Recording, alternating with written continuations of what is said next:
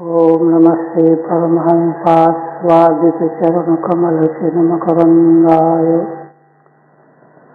भक्तजनमानसनिवासाय श्रीरामचन्द्राय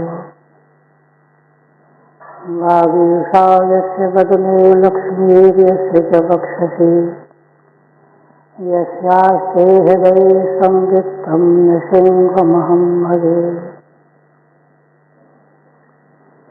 विश्वसर्ग विसर्गादि नवलक्षणलक्षितम् श्रीकृष्णाख्यं परं धाम जगद्धाम नमामि तत्।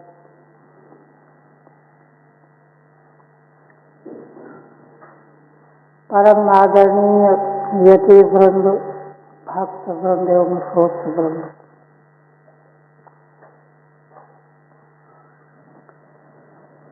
जन्मांतरे भवेत् पुण्यम तदा भागवतम लभेत।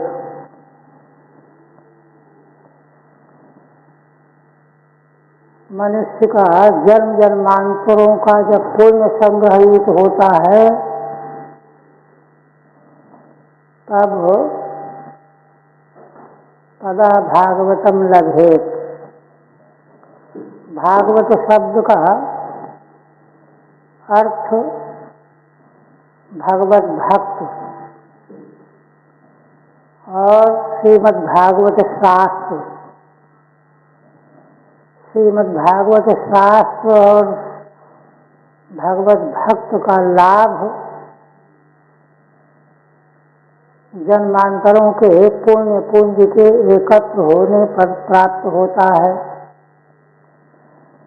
ऐसे इस सदपुण्य की प्राप्ति के क्रम में श्रीमद् भागवत के 10वें स्कंध उत्तरार्ध के अंतर्गत 58वें अध्याय में श्री भगवान की मंगलमयी दिव्य लीलाओं का प्रसंग चल रहा है। भगवान के 3 विवाह के अनंतर 5 विवाह इस 58वें अध्याय में वर्णन किए गए। उनमें से श्री कालिंदी जी का विवाह किस प्रकार से संपन्न हुआ, अद्भुत भगवान की महिमामयी अनुग्रह लीला का हम लोगों ने रसपान किया। अब आगे, किंतु यहाँ पर वैदिक दर्शन की एक दृष्टि, एक तो पिछले दिन चर्चित हुई कि सारा जीव जगत ब्रह्मांड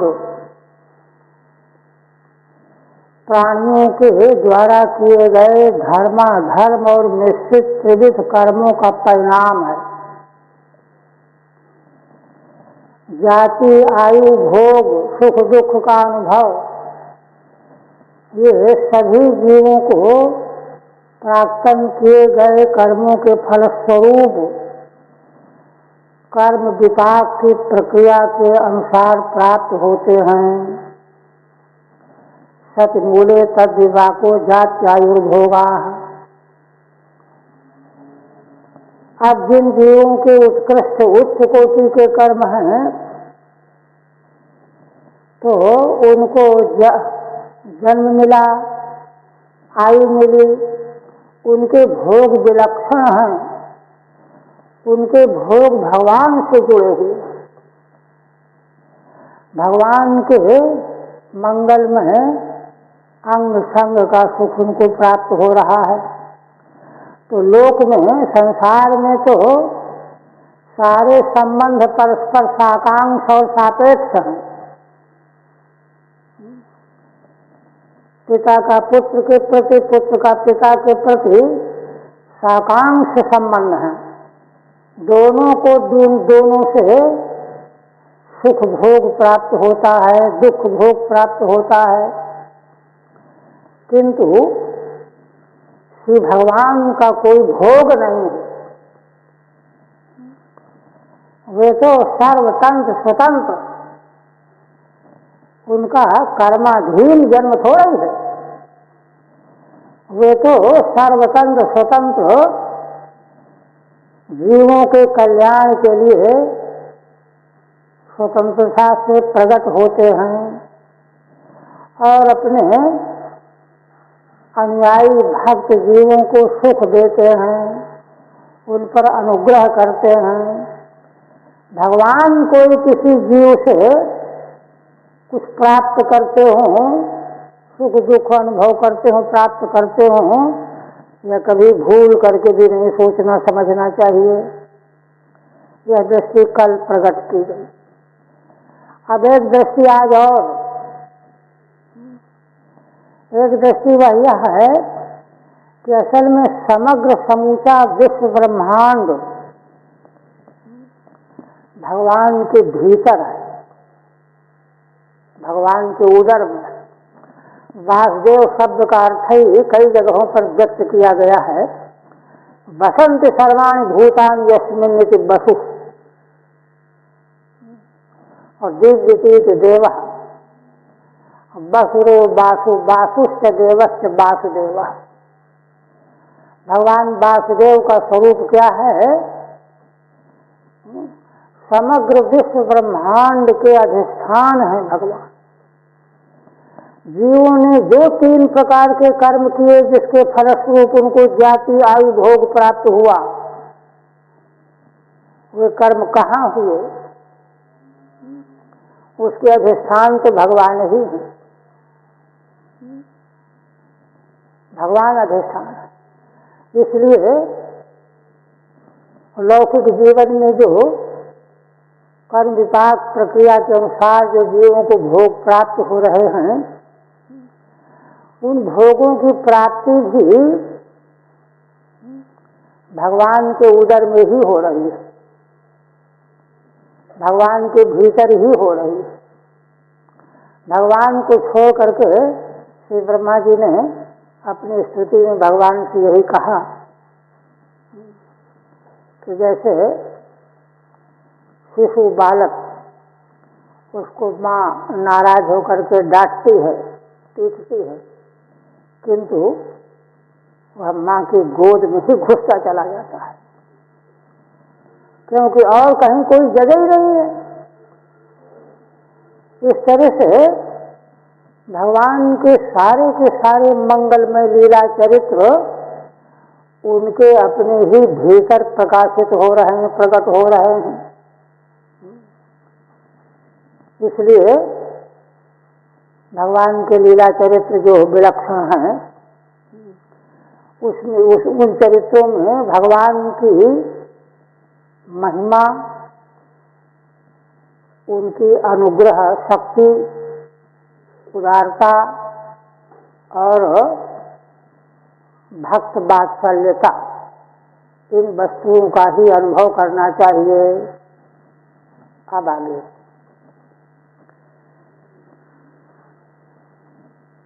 पुनः 29 के बाद में वृंदान वृंदावावंत्यौ दुर्योधन बसानुगौ स्वयंवरे स्वभगिनीं कृष्णे सक्तां निषेधताम्। इस अध्याय में भगवान का दूसरे विवाह का प्रसंग ला रहे हैं।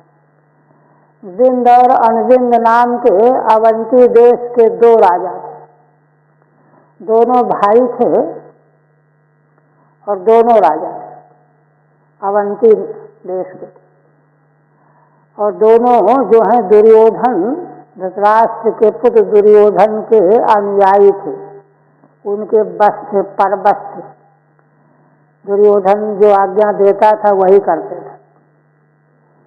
तो उनकी बहन का स्वयंवर था, स्वयंवरे स्वभगिनीं कृष्णे सक्तां निषेधताम्।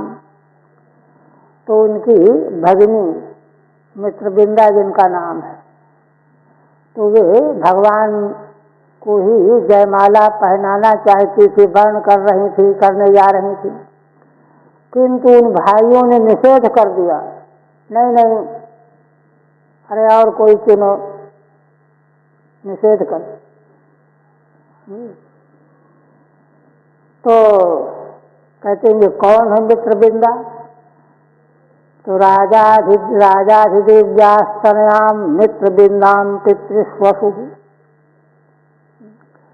भगवान की पिता की बहन राजाधिदेवी उनकी पुत्री है, माने बुआ की पुत्री मित्रबिंदा, जो भगवान को ही चुनना चाहती थी। उनके भाइयों ने मना कर दिया, किंतु चाहती तो भगवान श्री कृष्ण को ही थी। तो प्रसय हतवान कृष्णो राजन राज्ञाम प्रपश्यताम। भगवान सुखदेव जी कहते हैं कि भगवान ने बलपूर्वक हरण कर लिया मित्रबिंदा को। सारे राजा जो स्वयंवर में उपस्थित हुए थे वे देखते ही रह गए।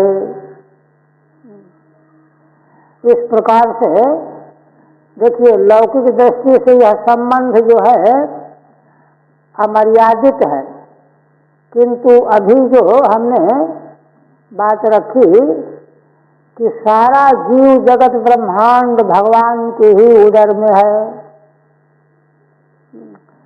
इस दृष्टि से भगवान से सब कुछ संबंधित है, जुड़ा हुआ है। इसलिए भगवान के प्रति, क्योंकि कर्माधिकारी जीव होता है, मर्यादाएं और कर्माधिकार जीव के लिए है, भगवान कोई जीव कोटि के थोड़े हैं। इसलिए उन्होंने अपहरण कर लिया सभी राजाओं के देखते देखते। ठीक है। पंचमम मित्रबिंदा विवाह माह। अब पांचवा मित्रबिंदा जी के साथ भगवान का विवाह, उसका कथन कर वृंदान वृंदावित द्वाभ्याम लो श्लोकों। अवंत्यौ राजानौ। अवंती देश के दोनों राजा थे, और जब उन्होंने मित्रबिंदा को भगवान का ही वर्ण करने की इच्छा वाली देखा तो मना किया, किंतु भगवान ने उनका हरण कर लिया। अब इसके बाद षष्ठ विवाह।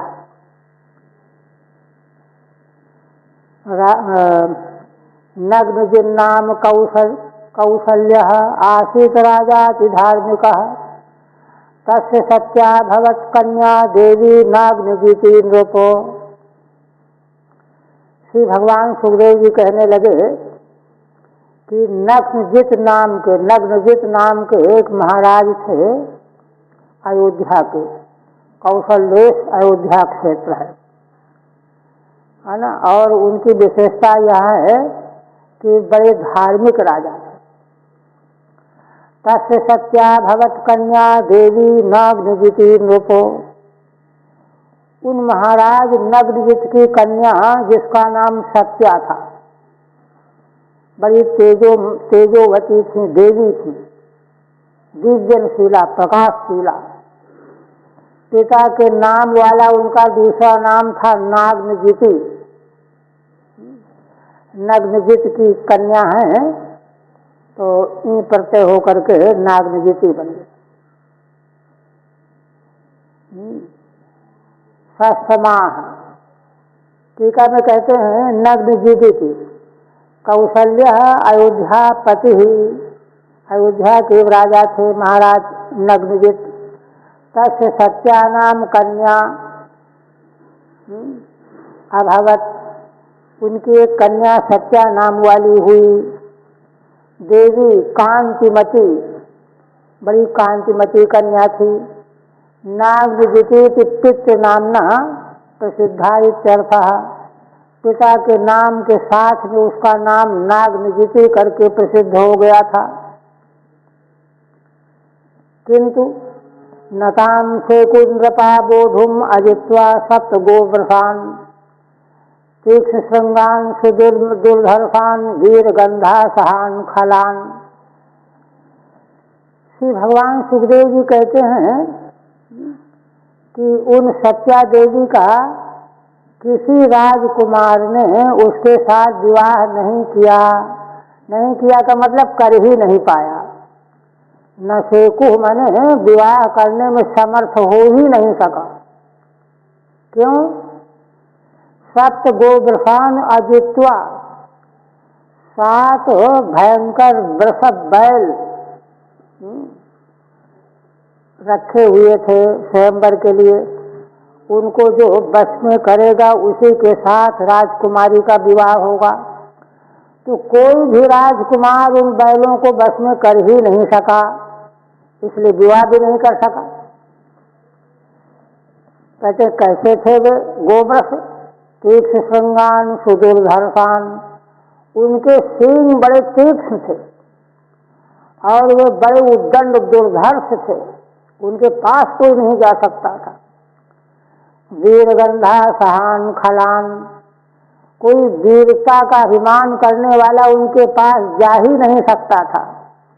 उसकी गंध मालूम पड़ते ही वे जो हैं उस पर टूट पड़ते थे। वीरगंधा सहान, क्यों? वे बड़े ही उद्दंड थे, खल थे, किसी के बस में होने वाले थे ही नहीं। ऐसी स्थिति में किसी राजकुमार ने उनको बस में न करने के कारण राजकुमारी से विवाह नहीं कर पाया। ठीक है। वीरस्य गंधमति न सहन्ते इति तथा, वे 7 बैल वीर पुरुष का गंध भी सहन करने वाले नहीं थे और उनको जीते बिना वह कन्या प्राप्त नहीं हो सकती थी, है ना। खलान माने दुर्वृत्तान, वे 7 वृषभ बड़े दुर्वृत्त थे। ताम सुत्वा वृषभिर्लभ्याम भगवान सात्वताम पति, जगाम कौशल्यपुरम सैन्येन महता व्रतः।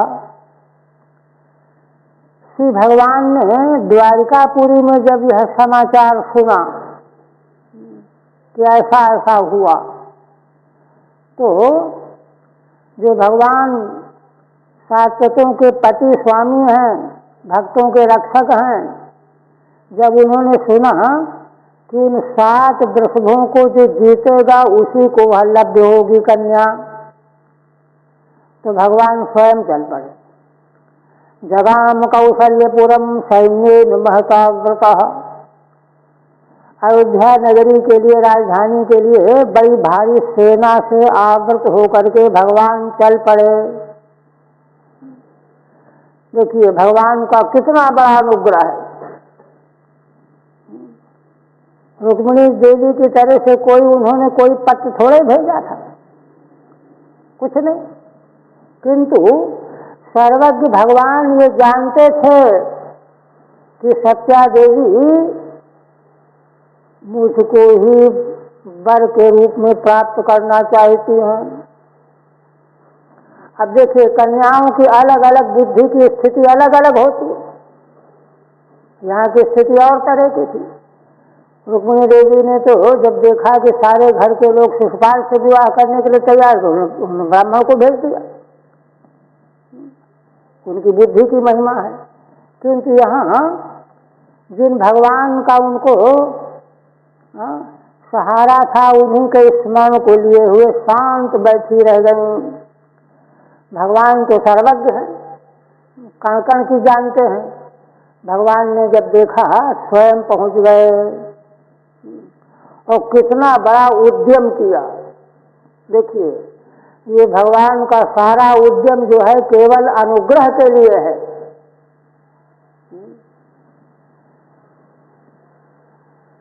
महता व्रता व्रतान जयति यस्तेन लभ्याम, जो उन 7 बैलों को जीत पावेगा उसी के द्वारा वह राजकुमारी लभ्य होगी। यह बात सुनकर के भगवान अयोध्या नगरी को पहुंच गए।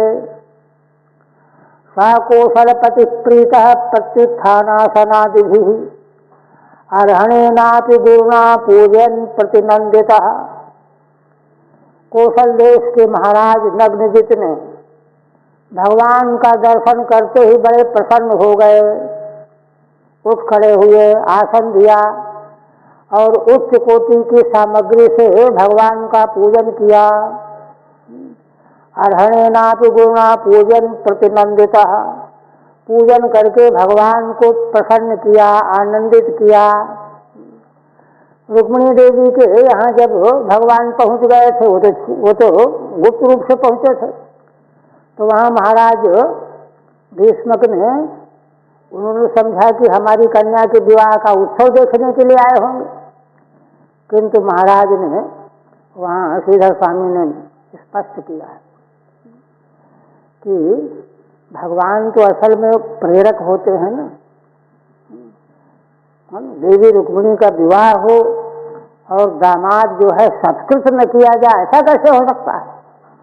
अनंत जगत अधिष्ठात्री भगवती के विवाह में, इसलिए भगवती प्रेरणा से महाराज दौड़ करके भगवान का आदर सम्मान पूजन किया, स्वागत सत्कार किया। उसी तरह से यहाँ पर भी प्रसन्न हो गए, तृप्त हो गए। प्रतिनंदिता संप्रतिनंदितवान माने भगवान को आनंदित कर दिया स्वागत सत्कार के द्वारा। श्रेष्ठ पुरुष स्वागत सत्कार के द्वारा प्रसन्न होते हैं। अथवा श्री कृष्णेन वा स प्रतिनंदिता, अथवा भगवान का दर्शन पा करके वे महाराज स्वयं आनंदित हो गए। दोनों तरह की व्याख्या। वरम विलोक्याभिमतम समागतम नरेंद्र कन्या चकमे रमापतिम भूयादयम में पतिराशिषो मला करोत सत्या यदि में धुतो व्रतैहि। आप देखिए, रुक्मिणी देवी का प्रसंग और तरह का है, किंतु सत्या देवी ने जब भगवान का दर्शन किया, अभिमतम समागतम वरम विलोक्य, ये तो मेरे अभिमत महान वर हैं, मेरे योग्य हैं, मैं तो इन्हीं को वर के रूप में चाहना चाहती हूँ। नरेंद्र कन्या चकमे रमापतिम, राजकुमारी नरेंद्र कन्या ने लक्ष्मीपति भगवान को मन ही मन में वर्ण किया। यहाँ कम कांतो मैंने इच्छा किया, चकमे मैंने इच्छा किया, क्योंकि असल में वे धर्म कर्म धर्म और भगवान के प्रति समर्पित भावना वाली हैं कि भगवान की जैसी अनुग्रह, जैसी आज्ञा, जैसा संकल्प होगा वैसे तो होगा। इसलिए उन्होंने उनको वर के रूप में राजकुमारी ने वर्ण किया, मन ही मन में इच्छा किया कि मुझको ये पति के रूप में प्राप्त हो जाएं। भूयादयम में पतिराशिषो मलाह, ये मेरे पति हो जाएं। भूयात में लोट लकार है, आशंसायाम लोट, भगवान की कृपा से ऐसा हो जाए, उसका अर्थ यह है। आशिषो मला करोत सत्या यदि में धृतो व्रतैहि, अगर मैंने व्रत उपवास आदि साधनों के द्वारा निष्काम रूप से भगवान की आराधना की हो, तो मुझे आशीर्वाद के रूप में, निर्मल आशीर्वाद के रूप में वे भगवान अनुग्रह करके इनको मेरे पति के रूप में समर्पण कर दें, मुझको मेरे पति ये हो जाएं, ये आकांक्षा किया। टीका नहीं है, एक भाव और देखिए। अब भगवान सर्वज्ञ हैं, उनके भीतर तो सब कुछ है, सारा विश्व है, इसलिए वे जानते हैं, तभी तो देखिए अपने से चल करके आ गए। फिर कहते हैं यत्पाद पंकज रज शिरसा बिभर्ति श्रीरब्जज सगिरसः सह लोकपालैः लीला तनु स्वकृते स्वकृत सेतु परिसयेषः काले गतस्थ भगवान मम केन तुष्येत्। देखिए राजकुमारी सत्या नागनिधि कितना उत्कृष्ट भाव है, शुद्धतम उत्कृष्ट भाव है। विचार करने लगी कि अरे जिन भगवान के चरण कमल की धूलि को श्री माने लक्ष्मी जी, अब जगह है ब्रह्मा जी, कमल से जिनका जन्म है, सिर में धारण करते हैं। और सगिर से माने शिव जी, ब्रह्मा शिव लक्ष्मी जी जिन भगवान के मंगलमय चरण कमल की धूलि को अपने सिर में धारण करते हैं। और सह लोकपाल, सारे लोकपाल गण भी सह लोकपाल। देखिए, लोकपालों के साथ का मतलब यह है कि देखो, कई लोग होते हैं कि अगर हम किसी की आराधना करेंगे, प्रणाम करेंगे, तो लोग समझेंगे कुछ कमजोर होंगे। अभिमान बड़ा सूक्ष्म होता है ना, किंतु भगवान के प्रति प्रीति और भक्ति में शुद्ध हृदय जिनका है उनको ये कुछ नहीं होता। इसलिए सारे लोकपालों के समक्ष श्री लक्ष्मी जी, ब्रह्मा जी, शिव जी भगवान के चरणों की धूलि को अपने मस्तक पर धारण करते हैं। राजकुमारी सत्या कह रही हैं, चिंतन कर रही हैं। लीला तदु स्वकृत से परी से परीक्षयेषा, ये भगवान ईश्वर परमात्मा अपने द्वारा बनाए गए सेतु माने वैदिक मार्ग, वेद मर्यादा, उसकी रक्षा करने के लिए स्वकृत सेतु परीक्षया, अपने ही द्वारा बनाए गए वैदिक धर्माचरण की सेतु की रक्षा करने के लिए वे ही भगवान लीला तनु, लीला से अनेक शरीर धारण करने वाले हैं। काले दधत्त भगवान मम के न तुष्येत, जो भगवान अपने द्वारा बनाए हुए वैदिक सेतुओं की रचना करते हैं और उनकी रक्षा के लिए लीला से ही अनेक शरीर धारण कर लेते हैं समय आने पर।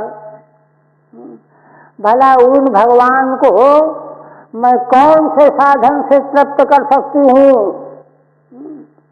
वे भगवान तो केवल अपने अनुग्रह की दृष्टि से ही संतुष्ट हो जाएं, यही मेरे लिए बहुत है। भक्ति यही तो चाहता है कि मैं क्या कर सकता हूँ, मैं उनकी क्या सेवा कर सकता हूँ, मैं उनका क्या उपकार कर सकता हूँ। वे तो भगवान स्वयं अनुग्रह परवश होकर के, भक्त वत्सल होकर के स्वयं अनुग्रह कर देते, अनुग्रह करने के लिए प्रकट हो जाते हैं। अभिप्राय क्या है कि मुझ में तो उनको संतुष्ट करने, तृप्त करने का कुछ भी साधन बल नहीं है। मैं तो उनके अनुग्रह की ही आकांक्षा कर रही हूँ। अपने अनुग्रह से, कृपा से वे स्वयं संतुष्ट होकर के मुझको प्राप्त हो जाएं।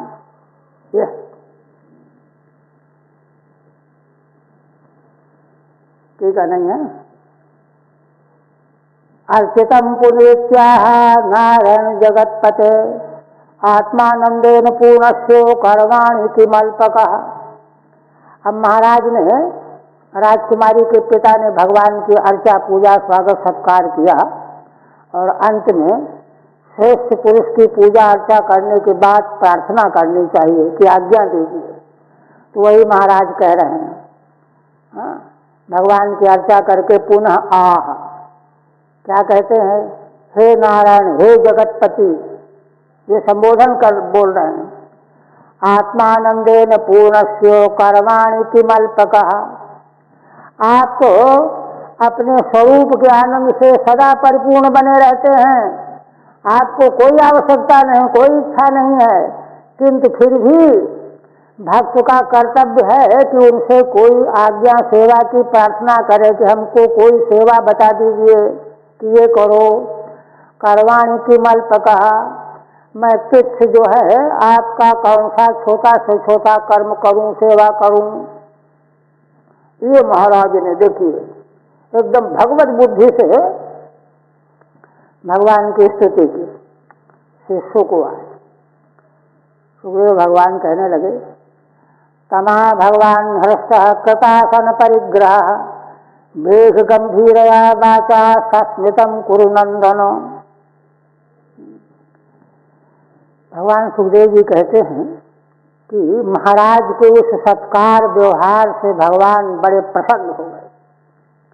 उनको आसन दिया गया, पूजन किया गया और बड़े प्रेम से प्रार्थना की गई। भगवान संतुष्ट हो गए, प्रसन्न हो गए। मेघ गंभीरया वाचा सस्मितम कुरु नंदन, मेघ के समान गंभीर वाणी से मुस्कुराते हुए भगवान कहने लगे। अब भगवान क्या कह रहे हैं? श्री भगवान वाच, कितना बड़ा देखिए भगवान ने राजकुमारी सत्या को पर अनुग्रह करने के लिए कितना बड़ा उद्यम किया, ये लीला चरित्र देखिए।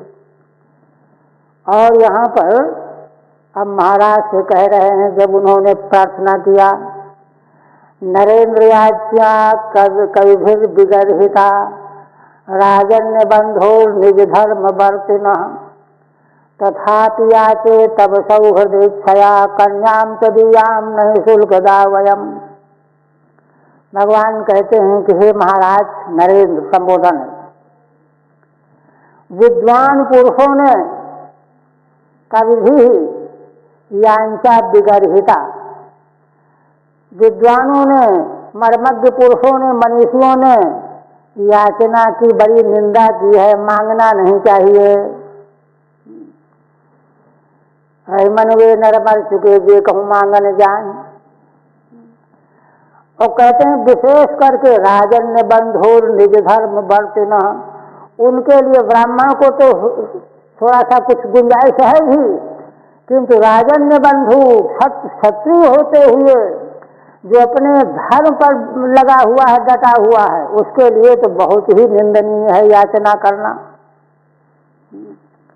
भगवान कहते हैं कि याचना करना अपने धर्म पर स्थित क्षत्रिय के लिए तो बहुत ही गर्हित है, किंतु फिर भी यह जानते हुए भी मैं याचना करने जा रहा हूँ।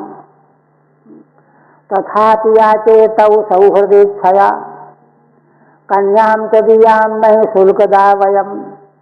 किंतु हे महाराज, फिर भी तुम्हारे सौहार्द की इच्छा से मैंने तुम्हारे जैसा, आप जैसा महापुरुष हमारा संबंधी हो जाए, उसका सौहार्द हमको प्राप्त हो जाए, उसका प्रेम हमको प्राप्त हो जाए, इससे प्रभावित होकर के हम आपकी कन्या की याचना करने आए हैं।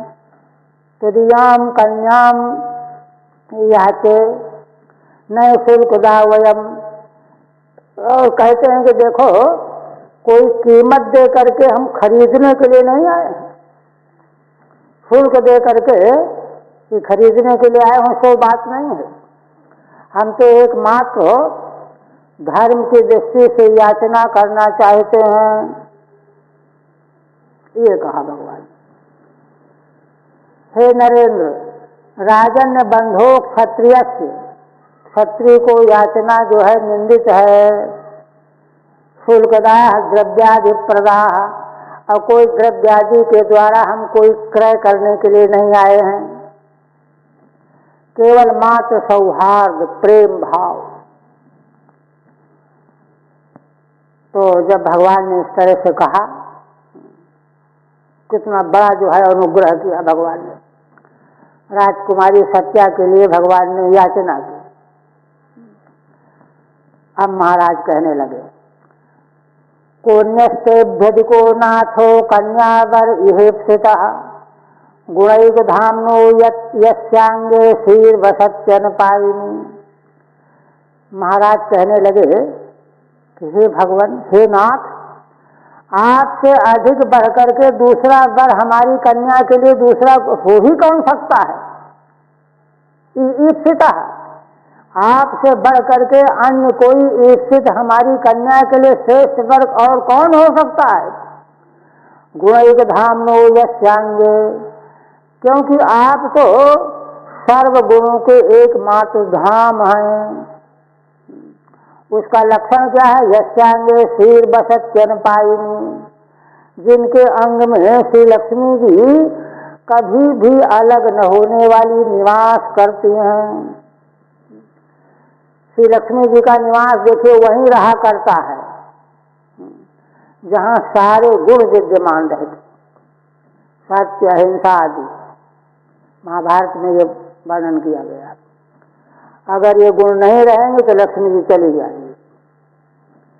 तो महाराज कहते हैं कि श्री लक्ष्मी जी ऐसा नहीं कि भूल से आ गई हो आपके पास, अनपायनी कभी अलग होना ही नहीं चाहती, इस तरह से निवास कर रही हैं। इसलिए एकमात्र समग्र गुणों के निधान तो आप ही हो। आपसे भिन्न दूसरा हमारी कन्या के लिए वर कौन हो सकता है? ये महाराज ने कहा। गुणानाम एकमेव धाम स्थानम तथा भूतस्य, जो गुणों के एकमात्र धाम है, स्थान है, तथा भूतस्य यस्य तवांगे, ऐसे आपके अंग में श्री लक्ष्मी जी का नित्य निवास बना रहता है। किंतु अब अपनी कठिनाई बता रहे हैं। देखिए महाराज नग्नजित के संबंध में पहले वाक्य है, आशित राजा अति धार्मिक, अत्यंत धार्मिक है ना। धार्मिक होने के कारण जो है, अब जो प्रतिज्ञा कर चुके हैं कन्या के वर के लिए, उसको अन्यथा नहीं कर सकते। इसलिए क्या कहते हैं, किम तस्माभिकृत पूर्वम समय सात्वतर्षभ पुंसां वीर परीक्षार्थम कन्या वर परीक्षया।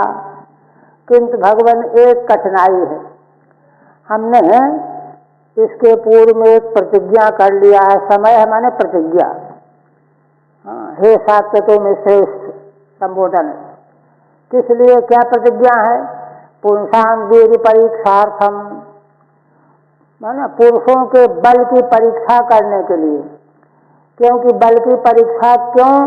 कन्या वर परीक्षया, कन्या के लिए योग्य वर की खोज में हमने पुरुष के बल वीर की परीक्षा की है। क्यों? कन्या की रक्षा करने वाला बलवान पुरुष हो सकता है, वह प्रतिज्ञा हमने की है। क्या प्रतिज्ञा का रूप क्या है?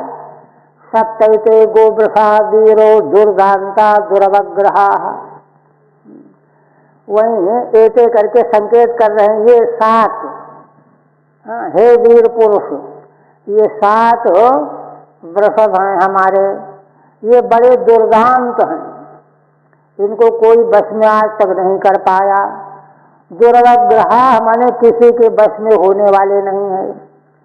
एतैर्भगना सुबहवो भिन्न गात्रा नृपात्मजा। इन बैलों ने बहुत से राजकुमारों को जो इनको बस करने के लिए आए थे, किंतु इन्होंने उनके अंग भंग कर दिए। किसी का हाथ टूट गया, किसी का पैर में चोट लग गई, ऐसा कर दिया इन लोगों ने। ऐसे हैं ये बैल, ठीक है। दुर्दांता अशिक्षिता, दुर्दांत होने शिक्षा उनको कौन देगा? किसी के बस में ही नहीं है। दुर्वग्रह माने अपरायत्ता है ना, कोई इनको अपने बस में नहीं कर पाया। कुतस्तत्रा तदा कहते, ये कैसे जानते हो, कैसे परीक्षा की है तुमने? तो राम महाराज कहते हैं कि अरे इन्होंने बहुत से राजकुमारों को अंग भंग कर दिया है। भगना भंगम प्रापिता, उनके अंग भंग कर दिया है। ऐसे हैं। यदि में निगृहीता स्युः त्वयैव यदुनंदन बरो भवान अभिमतो दुहितुर्मे श्रियः पते। इसलिए कहते हैं अंत में कि हे यदुनंदन, यदि ये मेरे बैल आपके द्वारा ही बस में कर लिए जाएं तो यही, तो आप मेरी कन्या के लिए वर हैं। बरो भवान अभिमतो दुहितुर्मे श्रियः पते। देखिए यहाँ अभिप्राय यह है कि मेरी कन्या के लिए योग्यतम वर अभिमत तो आप ही हैं, किंतु यह सफलता तब प्राप्त होगी जब आप इन बैलों को अपने बस में कर लेंगे। क्योंकि प्रतिज्ञा तो अन्यथा हो नहीं सकती। हाँ, यदि में गोवृषा निगृहीता दमिता नाथिता इतियावत, यदि ये आपके द्वारा ही दमन कर दिए जाएं, बस में कर लिए जाएं, नाथ डाल दी जाए, नाथ डालने पर बैल बस में हो जाते हैं, तो आप तो मेरी कन्या के लिए सर्वोत्कृष्ट वर हैं ही, किंतु मेरी प्रतिज्ञा मैंने अपने आप के सामने रख दी। एवं समयमाकर्ण्यो बद्ध्वा परिकरम प्रभु आत्मानं सप्तधा कृत्वा निगृणा लीलयैवतान।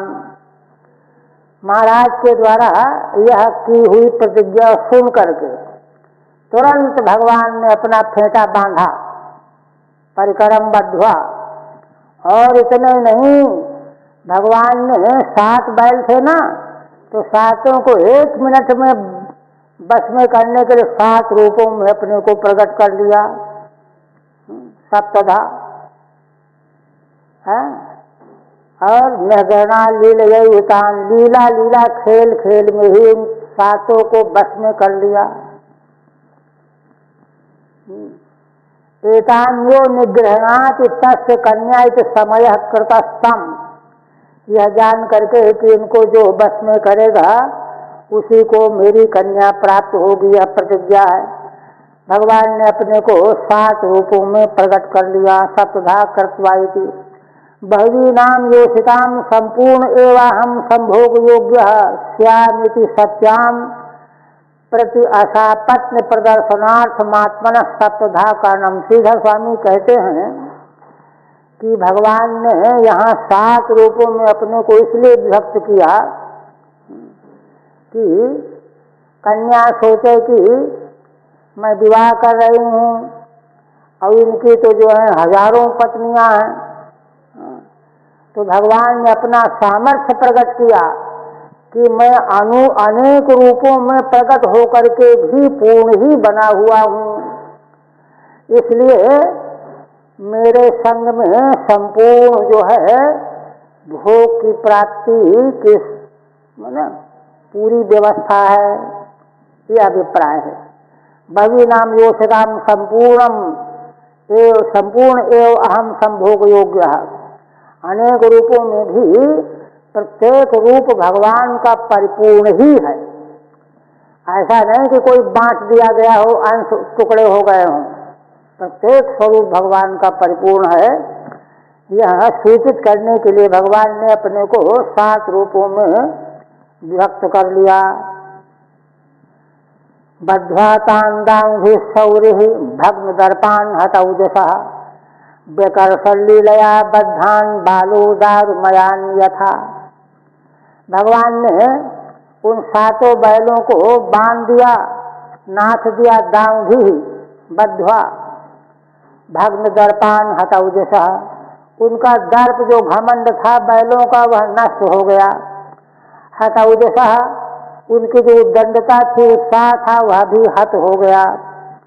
और भगवान ने उनको इतना बस में कर लिया कि उनको रस्सी में बांध करके खींचने लगे, जहाँ चाहे उधर ले जाए, उधर चले जाते। दृष्टांत दे रहे हैं जैसे काष्ठ के बंधे हुए हाथी या बैल को बालक जिधर चाहता खींचता है, चल इधर, तो काष्ठ का टुकड़ा चला जाएगा उधर। ऐसे ही भगवान ने खेल खेल में उन 7 को बस में करके बंधन में डाल लिया। ततः प्रीतः सुतां राजा ददौ कृष्णाय विस्मितः तां प्रत्यगृह्णात् भगवान विधिवत् सदृशीं प्रभु। इसके बाद महाराज प्रसन्न हो गए। अब तो उन्होंने अपनी कन्या राजकुमारी को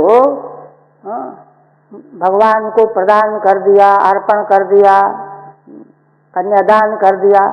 बड़े विस्मित हुए। देखिए, यहाँ आचार्यों का संकेत ऐसा है कि भगवान ने यह प्रतिज्ञा इसलिए महाराज के द्वारा कराई थी कि सारे संसार के राजकुमार पहले पराजित हो लें, तो आप भगवान फिर अंत में प्राप्त करेंगे। इसलिए जब कोई दुर्लभ वस्तु प्राप्त होती है तो प्रसन्नता जो है बढ़ जाती है। तो महाराज को बहुत प्रसन्नता हुई। उन्होंने प्रसन्नता पूर्वक राजकुमारी का हाथ भगवान को सौंप दिया और ताम प्रत्यगहनाथ भगवान विधिवत सदृशीम प्रभु।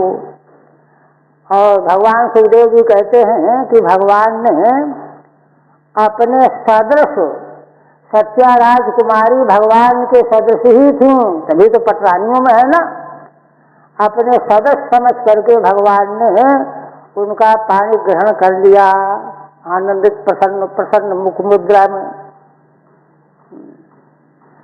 राजपत्न से दुहितु कृष्णम लब्ध्वा प्रियम पतिम लेभिरे परमानंदम जातस्य परमोत्सव। देखिए, पहले तो महाराज प्रसन्न हुए, कन्या तो प्रसन्न थी ही, और महाराज की महारानियां राजरानियां अपनी कन्या के लिए इतना सुंदर वर मिल गया। कृष्णम लब्ध्वा प्रियम पतिम, परम प्रिय पति भगवान श्री कृष्ण मिल गए हमारी कन्या को, इसलिए उनको परमानंद जैसा सुख मिला। लेभिरे परमानंदम जातस्य परमोत्सव। इस प्रकार से नगर में परम उत्सव मनाया जाने लगा। शंख भेरिया नकार देव गीत वाद्य द्विजासुषा नरा नार्य प्रमुदिता सुवासा सगलंकृता। शंख भेरी आनक ये वाद्य बजने लगे, गीत वाद्य और ब्राह्मणों के आशीर्वाद, वेद मंत्रों की ध्वनि, मंगलाचार ये सब होने लगा। नरा नार्य प्रमुदिता, राजधानी के सभी नर नारी अत्यंत गदगद हो गए, प्रमुदित हो गए। सुभाषा स्वगलंकृता, उन्होंने सबों ने नर नारियों ने सुंदर वस्त्र, मालाएं और अलंकार धारण करके आनंदित होकर के भ्रमण करने लगे। 10 धेनु सहस्राणि पारिबर्ह मदाद विभु युवती नाम त्रिसाहस्रम निष्ग्रीव सुवाससाम। महाराज ने कन्या के लिए दहेज के रूप में 10,000 गायें, 10 धेनु सहस्राणि पारिबर्ह माने दहेज के रूप में सौंपा। अदाद विभु, और क्या दिया? युवती नाम त्रिसाहस्रम निष्ग्रीव सुवाससाम। 3000 दासियां, युवती दासियां सेवा करने के लिए महाराज ने अर्पण किया। और वो 3000 युवतियां जो हैं सोने के हार, सुंदर वस्त्र अलंकारों से अलंकृत करके दान की गई थीं। ठीक है, निष्ग्रीवाश्चताः, जिनके ग्रीवा में कंठों में हार शोभित हो रहे हैं और सुंदर वस्त्र जिनके हैं। तासाम युवती नाम च दासी नाम, उन युवती दासियों को महाराज ने कन्या के लिए दान किया।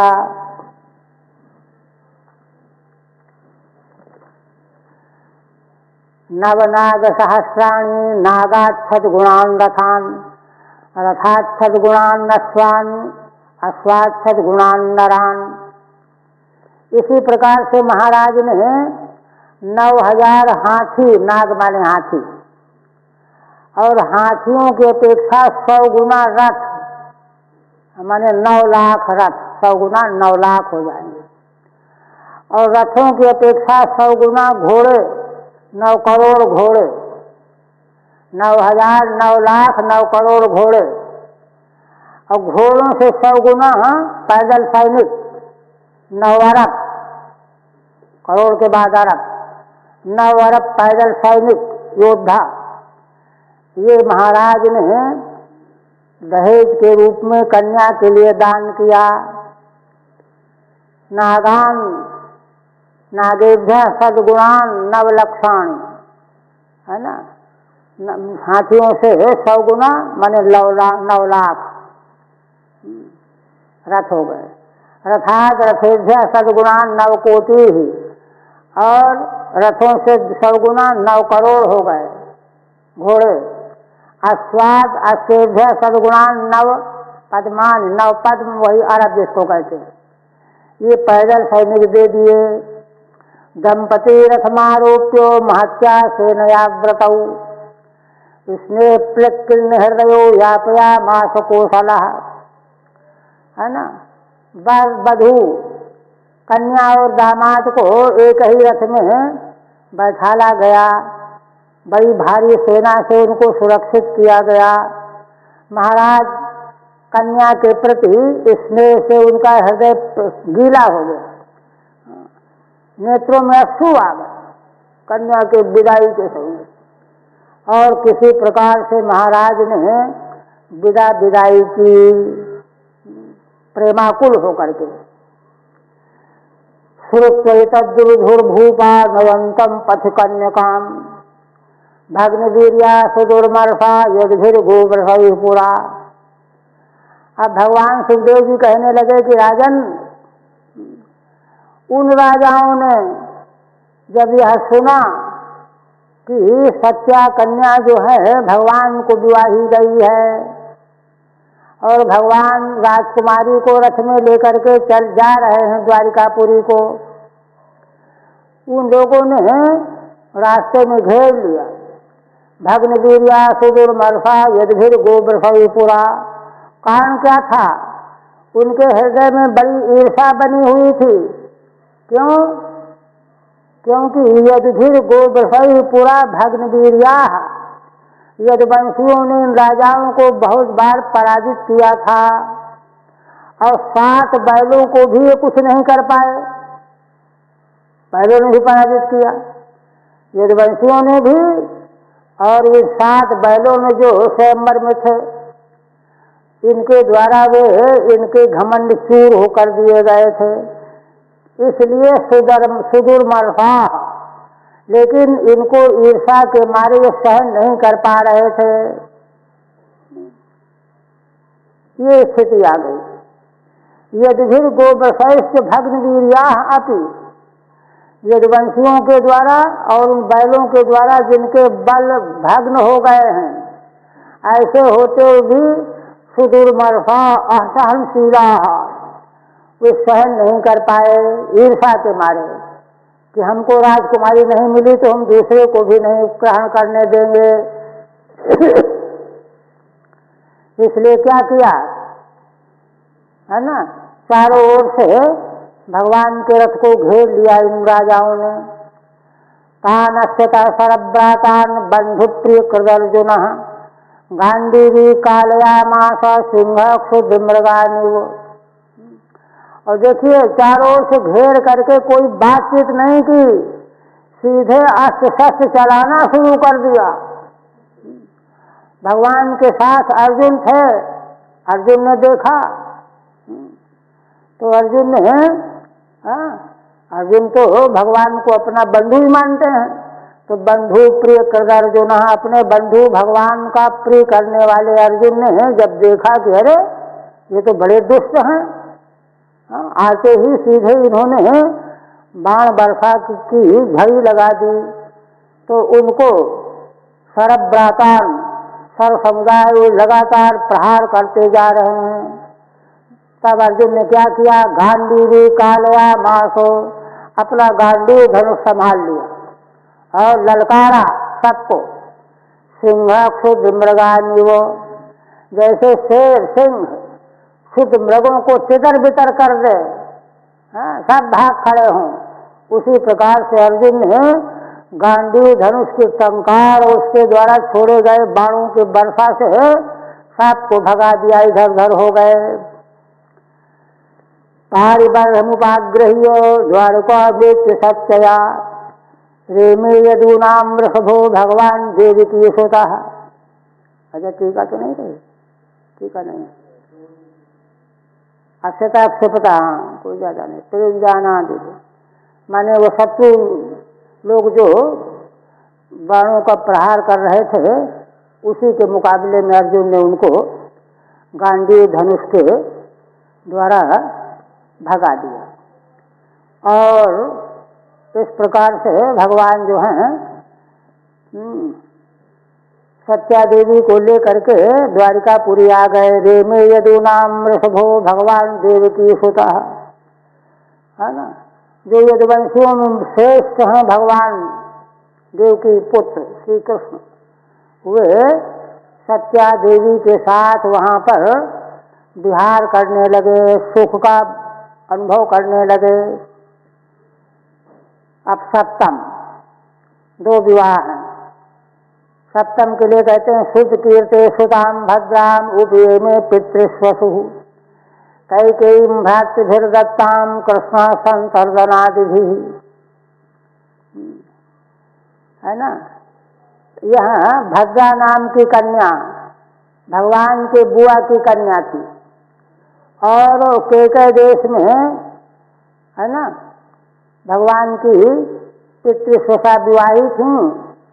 तो वहीं जो है यह कन्या भद्रा नाम की उत्पन्न हुई, बुआ की कन्या। भाइयों ने भगवान को स्वयं ही संतर्दन आदि भाई थे, इन स्वयं भगवान को अर्पण कर दिया। भद्रा ने स्वयं अपने मुख से भगवान से विवाह करने की इच्छा प्रकट की कि मैं तो भगवान श्री कृष्ण से विवाह करूंगी। तो भाइयों ने कहा कि ठीक है, हमारी बहन ऐसा चाहती है। तो उन्होंने स्वयं भगवान को अर्पण कर दिया, दे दिया, ये लीजिए, है ना। सप्तम विवाह माँ शुद्ध कीर्ति रीति, शुद्ध कीर्ति नाम या पितृस्वसा, शुद्ध कीर्ति नाम की वसुदेव जी की बहन थी, बुआ भगवान की। तस्या सुदाम भद्राम नाम, उनकी कन्या का भद्रा नाम था। कैकेयी तद्देशजाम, कैकेयी देश की होने से कैकेयी नाम से भी प्रसिद्ध थी। इसके बाद अष्टम, भगवान की अष्टम का विवाह कह रहे हैं। सुताम च मध्याधिपते लक्ष्मणाम लक्ष्मणयुताम स्वयंवरे जहारैका सा सुपर्णा सुधामिव। मध्य देश के महाराज की, है ना, कन्या लक्ष्मणा नाम है ना, उसका स्वयंवर था। उस स्वयंवर में भगवान ने अकेले ही एक एव, है ना, सहा स्वयंवरे जहार, स्वयंवर में उस लक्ष्मणा कन्या का हरण कर लिया भगवान ने। सा सुपर्णा सुधामिव, जैसे गौड़ जी ने देवलोक से अमृत कलश का हरण कर लिया था, सब देवताओं को पराजित करके, उसी प्रकार से भगवान ने लक्ष्मणा का स्वयंवर के मध्य से हरण किया अकेले ही। यह भगवान की 8वीं पटरानी है। अष्टमम विवाह माँ सुताम से एक श्री कृष्ण लक्ष्मणाम जहार, अकेले ही भगवान ने लक्ष्मणा का हरण किया। इन 8 पटरानियों का आगे द्रौपदी जी से संवाद आएगा। ये सब अपने अपने विवाह के संबंध में चर्चा करेंगी और भगवान के प्रति अपने भाग्य का और अपने प्रेम का निरूपण करेंगे। इसके बाद फिर अंतिम पद में कहते हैं अन्या शैवम विधा भार्या कृष्णस्यासन सहस्रशः भौमम हत्वा तनिरोधाद आहताश्चारुदर्शना। श्री भगवान सुखदेव जी कहते हैं कि राजन, ये तो भगवान की 8 पटरानियां हैं, किंतु इनसे अन्य भी इसी प्रकार की भगवान की हजारों पत्नियां थीं। वे कहाँ से आई? तो भौमम हत्वा तनिरोधात, भौमासुर का वध करके उसके अंतःपुर में ये 16,100 राजकुमारियां कैद की रखी हुई थी। उस अंतःपुर से भगवान जो है इनको निकाल करके लाए। आहताश्चारुदर्शना, भगवान ने उनको स्वीकार कर लिया। चारुदर्शना, सब बड़ी सुंदरी राजकुमारियां थीं। यहाँ भगवान का यह जो दिव्य लीला चरित्र आगे अध्याय में आने वाला है। इस संबंध में एक दृष्टि यहाँ पर यह देखना चाहिए कि एक तो आगे स्वयं वर्णन मूल में ही आया है, जैसे ही उन कन्याओं ने भगवान का दर्शन किया, भगदत्त को राज्य सिंहासन दे करके भौमासुर तो मारा गया, अंतःपुर में गए तो भगवान का दर्शन करते ही सभी राजकुमारियों ने, कन्याओं ने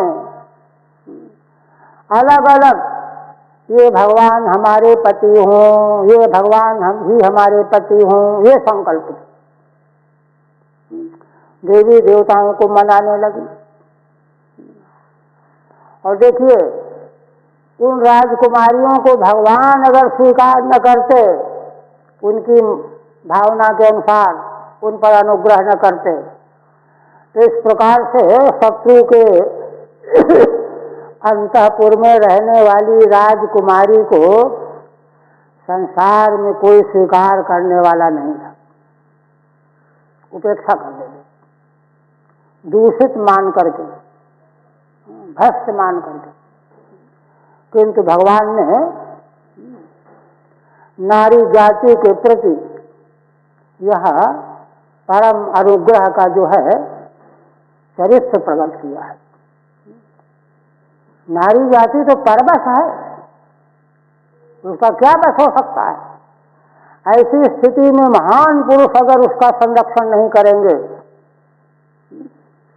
तो यह समाज का सामाजिक अपराध, सामूहिक अपराध है, सामाजिक सामूहिक अपराध माना जाएगा। ये भगवान ने एक प्रकार से ये बड़ा क्रांतिकारी कदम उठाया है। भगवान के लीला चरित्र जो हैं सभी दिशाओं में प्रकाश पुंज बन करके प्रकट हुए। आखिर राजकुमारियों का दोष क्या था? उनका क्यों कोई समाज परित्याग करे? उनका तो संग्रह होना ही चाहिए। भगवान ने यह क्रांतिकारी कदम उठाया जो, तो उसी की ओर संकेत है। सुखदेव भगवान कह रहे हैं, इस प्रकार से अन्य भी भगवान की आहरण की हुई पत्नियां थीं, चारु दर्शना, सब बड़ी सुंदरी थीं। हरि ओम तत्सत श्रीमद् भागवते। ठीक है, अच्छा। हाँ, अच्छा, हाँ, भैष्मी से भैष्मी, जामवती, भामा, सत्या, यही है ना? हाँ, अच्छा, 58 है ना। तस्य निरोधो अंतःपुरम तस्मात्, माने उस भौमासुर के अंतःपुर में गिरफ्तार थी ये राजकुमारियां। वहां से वहां भगवान स्वयं गए और उनके संकल्प को भगवान ने साकार कर दिया। उनको आगे वर्णन आएगा मूल में ही, उनको सुंदर वस्त्र अलंकारों से अलंकृत करके सुंदर सवारी के द्वारा द्वारिकापुरी भेज प्रेषित कर दिया। अब 8 पटरानियों का विवाह का प्रकरण पूरा हुआ तो उपसंहार में कहते हैं, भैष्मी, जाम्बवती, भामा, सत्या, भद्रा च लक्ष्मणा। भैष्मी वही रुक्मिणी जी, जाम्बवती सत्यभामा जी है ना, भद्रा, लक्ष्मणा, कालिंदी, मित्रबिंदा, पट्ट महास्त्रिय, ये भगवान की पट्ट महिषियां हैं। अब अग्रिम अध्याय का देखिए उपक्रम करते हैं। ऊनषष्टितमे भौमं हत्वा तेना हृता हरिः। ऊनषष्टितमे माने 60वें से कम, 59वें अध्याय में भगवान श्री हरि ने भौमासुर का वध करके कन्या सहस्रशः प्रापो पारिजातम दिवोहरत, हजारों कन्याओं को प्राप्त किया और लौटते समय देवलोक से पारिजात का पुष्प ले आए, आहरण कर लाए। ये प्रसंग आ रहा है। कहते हैं कि परिणीय ततस्ताभिस्तन्मनोरथ पूर्णैः आत्मारामोप्यसौरे में तद्गृहे सुगृहस्थवत्। दूसरी बात कह रहे हैं कि भगवान ने इन राजकुमारियों के साथ विवाह किया और उनके मनोरथों को पूर्ण किया। उन पत्नियों ने भगवान से विवाह किया तो उनके मनोरथ थे ना, तो उनके मनोरथों को भगवान ने समग्र रूप से पूर्ण किया। भगवान स्वयं तो आत्माराम है, उनको कहीं से कोई सुख नहीं चाहिए, वे तो आत्माराम हैं। किंतु उनके जितने भी भक्त हैं नर नारी, वे जो मनोरथ चाहते हैं वह भगवान उनका सब पूरा करते हैं। ये बात कही जा रही। आत्मारामप्यसौरे में, अब उनके मनोरथों को पूर्ण करने के लिए आत्माराम होने पर ही उनके साथ रमण करना ही होगा। आत्मारामोप्यसौरे में तद्गृहे सुगृहस्थवत्। जैसे सामान्य गृहस्थ अपने परिवार में सबके साथ मिलजुल करके रहते हैं, तत्त लीला कृत्य करते हैं, उसी प्रकार से भगवान ने भी किया। ये वर्णन आ रहा है। पहले महाराज ने प्रश्न किया, राजोवाच, क्योंकि अंतिम श्लोक में भगवान सुखदेव जी ने केवल संकेत किया है। संकेत को सुन करके महाराज जिज्ञासा कर रहे हैं। यथा हतो भगवता भौमो ये निजता स्त्रियः निरुद्धा एतदा चक्षो विक्रमं सार्वधन्वनः। महाराज कहते हैं कि हे भगवान, श्री भगवान ने जिस प्रकार से भौमासुर का वध किया, किस भौमासुर का? ये न भौमासुरेण ता स्त्रियः निरुद्धाः। जिस नीच निकृष्ट भौमासुर ने उन बेचारी निरपराध कन्याओं का को बस में कर रखा था, जेल में डाल रखा था, झूठ कर रखा था, है ना। एतदा चक्षु विक्रमं सार्वधन्वनः। आप यह प्रसंग जो है विस्तार से मुझको बताइए, सुनाइए, क्योंकि इसमें शांग धनुषधारी भगवान का विक्रम वर्णन किया गया है। भगवान ने कितना महान कार्य किया, कितना बड़ा कार्य किया, माने शारीरिक विक्रम और धर्म बल, है ना, ये सब प्रकार का भगवान का विक्रम है। सामान्य व्यक्ति की हिम्मत पड़ नहीं सकती। ठीक है, ये न ता स्त्रियों निरुद्धा, जिसके द्वारा वे स्त्रियां निरुद्ध कर ली गई थी। सा भौमः चकाराद ये न कारणेन हतः, और जिस कारण से वह मारा गया, सदा चक्षेति, वह आप हमको बताइए। श्री सुकुवाच। तब भगवान सुखदेव जी कहने लगे, देखो उसके मारे जाने का कारण क्या था। इंद्रेण हत छत्रेण हत कुंडल बंधुना हृदयमराज्यस्थानेन ज्ञापितो भौम चेष्टितम। श्री भगवान सुखदेव जी कहने लगे कि राजन, देवराज इंद्र ने जा करके द्वारिकापुरी में भगवान के पास जा करके भौमासुर के क्रियाकलापों का भगवान को ज्ञान कराया, वर्णन किया। क्यों, क्या वर्णन किया? हृत छत्रेण, एक तो उस भौमासुर ने वरुण के छत्र का हरण कर लिया था, और माता, है ना, अदिति के कुंडलों को छीन लिया था, हरण कर लिया था। हृदयमराज्यस्थानेन, और देवताओं का जो पर्वत में स्थान है उसमें भी अपना कब्जा कर लिया था। तीन काम बड़े उद्दंडता के भौमासुर के द्वारा किए गए थे। इन सारे क्रियाकलापों को देवराज इंद्र ने है ना। द्वारिकापुरी में भगवान से जाकर के निवेदन किया, बताया ज्ञापितो भौम चेष्टितम।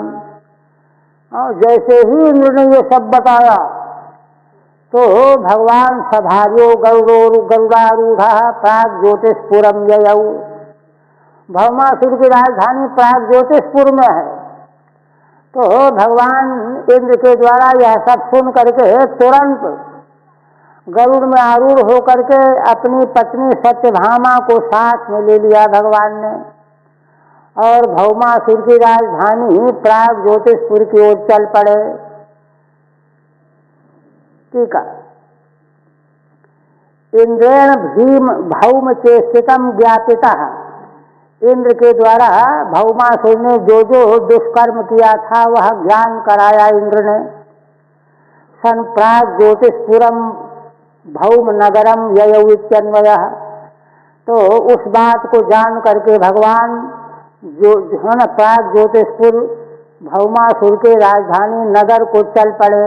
ये तो वाक्य है। अच्छा, अब इंद्र का विशेषण है, किस कैसे इंद्र ने बताया जा करके, किम भूतेन हृतम छत्रम यस्य तेन, है ना, जिनका छत्र हरण कर लिया गया था। छत्र तो था असल में बड़ों का, किंतु इंद्र के साथ में हत छत्रण क्यों कह रहे हैं तो व्याख्या करते हैं, लोकपाल प्रधानत्वात् इंद्रस्य वरुण छत्र हरणेति तस्यैव मानभंगः। कहते हैं देखिए सभी लोकपालों में प्रधान इंद्र हैं। यदि वरुण का छत्र हरण किया था भौमासुर ने तो प्रधान होने से इंद्र का ही मान भंग हुआ, इसलिए मानो इंद्र का ही वह छत्र हरण हुआ, यह अभिप्राय है। वरुण छत्र हरने पे तस्यैव मान भंग है तथोक्तम, इसलिए यह बात कही गई है। इंद्रेण हत हर्त छत्रेण, छत्र तो वरुण का था किंतु वरुण के छोटे लोकपाल हैं, इंद्र उनके स्वामी हैं, है ना, देवराज हैं, इसलिए उन्हीं के मान का नाश हुआ। और हते कुंडले यस्यासा अदिति ही, अदिति माता के कुंडल छीन ले गया था वह, है ना। बंधुर माता, बंधु माने माता, यस्य तेन, दोनों से संबंध इंद्र का जोड़ दिया, माता अदिति से और वरुण से। तीसरा, हरतम अमराद्रौ स्थानम मणिपर्वत लक्षणम यस्य तेन। मणिपर्वत नाम का देवताओं का एक स्थान था अमरकंटक पर्वत में, उसको भी कब्जा कर लिया था भौमासुर ने।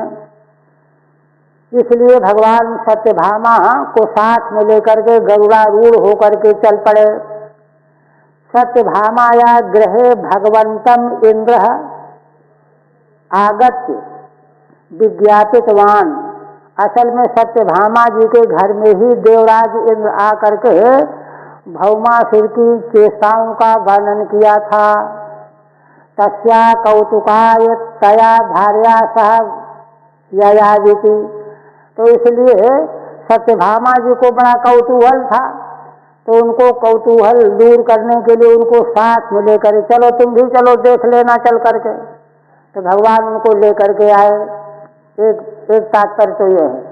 दूसरा, यद्वा त्वदनुज्ञयैव तत्पुत्रम हनिष्यामि, है ना, क्योंकि सत्यभामा जी पृथ्वी का अवतार हैं और भौमासुर पृथ्वी का पुत्र है। पृथ्वी को भगवान ने वरदान दिया था कि तुम्हारी इच्छा होने पर ही तुम्हारे पुत्र का मैं वध करूंगा। इतिहासोक्तम भूमि वरम दत्तम, इतिहास में भूमि को भगवान ने वरदान दे रखा था। उस वरदान को सत्य करने के लिए सत्यभामाया भूम्यंशत्वात् तया सह ययौ। सत्यभामा देवी भूमि का अंश है तो उनको साथ में लेकर के गए। यद्वा अथवा, है ना, नारदा नीत पारिजातैक कुसुम रुक्मिणी दत्ते। नारद जी ने एक बार देवलोक से पारिजात का फूल भगवान को ला करके दिया, भगवान ने वह पुष्प रुक्मिणी देवी को दे दिया और नारद जी ने सत्यभामा को बता दिया कि देखो रुक्मिणी जी को ज्यादा चाहते हैं, फूल उनको दे दिया। दत्त सती कुपताम सत्यभामा, तो यह बताने पर सत्यभामा नाराज हो गई। बात करना बंद कर दिया। सत्यभामा शांत कहता तो भगवान देखिए, भगवान उनको संतुष्ट करने में लग गए, बड़ा समय लगाया ये प्रसन्न हो जाए।